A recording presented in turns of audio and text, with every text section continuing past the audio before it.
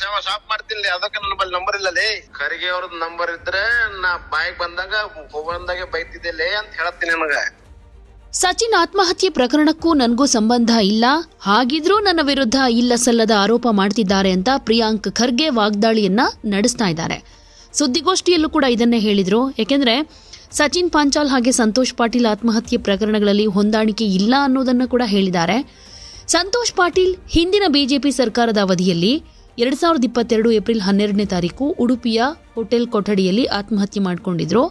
ಗುತ್ತಿಗೆದಾರ ಸಂತೋಷ್ ಪಾಟೀಲ್ ಡೆತ್ ನೋಟ್ನಲ್ಲಿ ಈಶ್ವರಪ್ಪನವರ ಹೆಸರನ್ನ ಉಲ್ಲೇಖ ಮಾಡಿದ್ರು.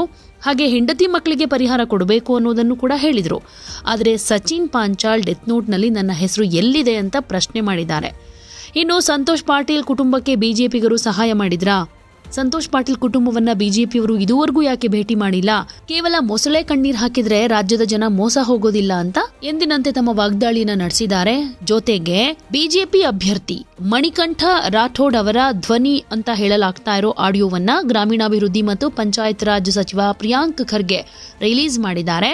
ಈ ಮಣಿಕಂಠ ರಾಠೋಡ್ ಮೇಲೆ ಸುಮಾರು 20ರಿಂದ 30 ಪ್ರಕರಣ ದಾಖಲಾಗಿದೆ. ಆದರೂ ಬಿಜೆಪಿ ಈತನ ವಿರುದ್ಧ ಯಾವುದೇ ಕ್ರಮ ಕೈಗೊಂಡಿಲ್ಲ. ಮಣಿಕಂಠ ರಾಥೋಡ್ ನೇತೃತ್ವದಲ್ಲೇ ಬಿಜೆಪಿ ಕಲಬುರಗಿ ಚಲೋ ಹಮ್ಮಿಕೊಂಡಿದೆ ಅಂತ ವಾಗ್ದಾಳಿ ನಡೆಸಿದ್ದಾರೆ. ಇದಕ್ಕೆ ಬಿಜೆಪಿ ಯಾವ ರೀತಿ ಪ್ರತ್ಯುತ್ತರ ಕೊಡುತ್ತೆ ಕಾದು ನೋಡ್ಬೇಕು. ಅಲ್ಲ ಮತ್ತೆ ಎಷ್ಟು ಕೇಸ್ ಹೇಳೋಣ?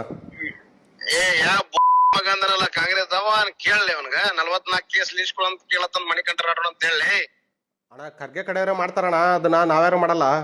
ಖರ್ಗೆ ಕಡಿಲಿ ಅಂತ ಕೇಳಲಿ ಅಣ್ಣ. ಅವ್ರೆಲ್ಲ ಕನ್ನಡ ಫೋನ್ ನಂಬರ್ ಕೊಡೋಣ, ಅವ್ರು ಯಾರ್ದು ಫೋನ್ ನಂಬರ್ ಎಲ್ಲ ಕೇಳೋಣ ಅಂತಂದ್ರ ನಾನು ನಿಮ್ಮ ಅಭಿಮಾನ ಇದೇನೆ, ಅವ್ರಿಗೆ ಕೇಳ್ತಾನೆ ನಿಂಗೆ ನಮ್ಮ ಅಣ್ಣನ ಬಗ್ಗೆ ಯಾಕೆ ಹಿಂಗ್ ಮಾತಾಡ್ತೀರಿ ಅಂತಂದು. ನನ್ನ ಬಳಿ ಫೋನ್ ನಂಬರ್ ಇದ್ರೆ ಅವ್ರ ಎಲ್ಲಾ ಹೆಂಡ್ರು ಮಕ್ಕಳು ಎಲ್ಲಾ ಸೇವಾ ಶಾಪ್ ಮಾಡ್ತೀನಿ, ಅದಕ್ಕೆ ನನ್ನ ಬಳಿ ನಂಬರ್ ಇಲ್ಲಲೇ.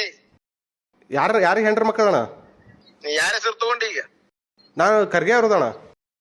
ನನ್ನ ಬಳಿ ಫೋನ್ ನಂಬರ್ ಇದ್ರೆ ಅವ್ರ ಎಲ್ಲಾ ಹೆಂಡ್ರು ಮಕ್ಕಳು ಎಲ್ಲಾ ಸೇವಾ ಶಾಪ್ ಮಾಡ್ತೀನಿ, ಅದಕ್ಕೆ ನನ್ನ ಬಳಿ ನಂಬರ್ ಇಲ್ಲಲೇ. ಖರ್ಗೆ ಅವ್ರದ್ ನಂಬರ್ ಇದ್ರೆ ನಾ ಬಾಯಿಗೆ ಬಂದಾಗ ಹೋಗಂದಾಗೆ ಬೈತಿದ್ದೆ ಅಂತ ಹೇಳತ್ತೀನಿ ನನಗ. ಕಾಂಗ್ರೆಸ್ ಬೈಯಣ ಅಣ್ಣ, ಇನ್ನು ಬೈಯಣ ಏಲೇ